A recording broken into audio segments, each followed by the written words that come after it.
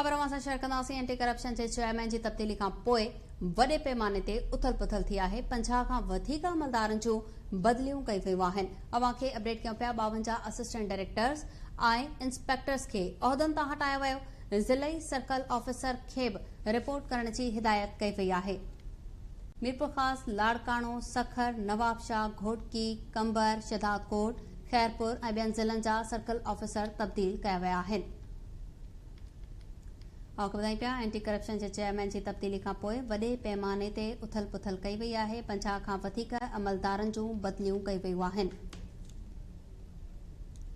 अवां खे ॿुधायूं पिया मीरपुर ख़ास, लाड़काणो, सखर, नवाबशाह, घोटकी, कंबर, शहदादकोट, खैरपुर ऐं ॿियनि ज़िलनि जा सर्कल ऑफिसर तब्दील कया विया आहिनि। 52 असिस्टेंट डायरेक्टर्स ऐं इंस्पेक्टर्स खे बि उहिदनि तां हटायो वियो आहे।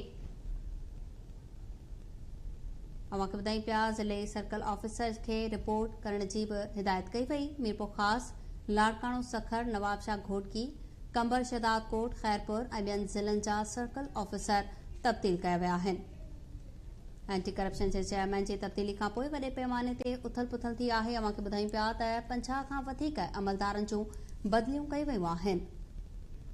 अपडेट्स मालूम कंदासीं। लाइन ते मौजूद आहे सगीर चांडियो। जी सगीर, कहिड़ा तफ़सील आहिनि?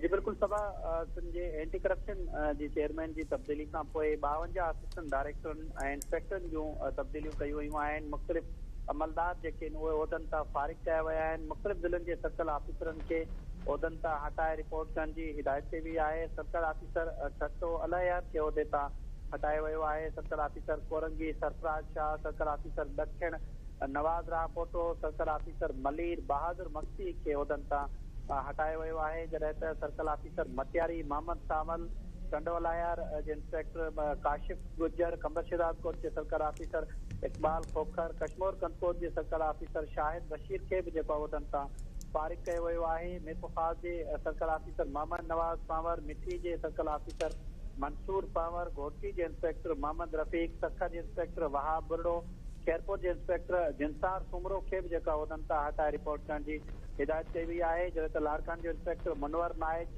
शिकारपुर जो sub inspector Shahnawaz Rajpar, assistant director खे हाली असिस्टेंट डायरेक्टर सैफुल्ला हाली पोटरो खे सखर मां बदली करे कोरंगी में मुक़ररु कयो वियो आहे। ईअं ई सिंध जे मुख़्तलिफ़ खातनि जे जेको आहे उहो असिस्टेंट डायरेक्टरनि ऐं इंस्पेक्टरनि खे जेको आहे उहो कराची मां जेको आहे उहो ॿियनि ज़िलनि ॾांहुं बदिली कयो आहे। जॾहिं त नवाबशाह, सखर, मीरपुर ख़ास जे जेको आहे अमलदारनि खे कराची जेको आहे उहो ट्रांसफर कयो वियो आहे। इन्हनि जे ख़िलाफ़ शिकायतूं हुयूं, उन्हनि खे जेको आहे उहिदनि तां फारिग कयो वियो आहे। नए एंटी करप्शन जे चेयरमैन ज़ुल्फ़कार शाह ताज़ो उहो मुक़ररु थियो आहे, जंहिंखां पोइ हाणे इहे नयूं तब्दीलियूं कयूं वयूं आहिनि। जी सगीर चांडियो, तफ़सील ॿुधाइण लाइ तव्हांजी महिरबानी।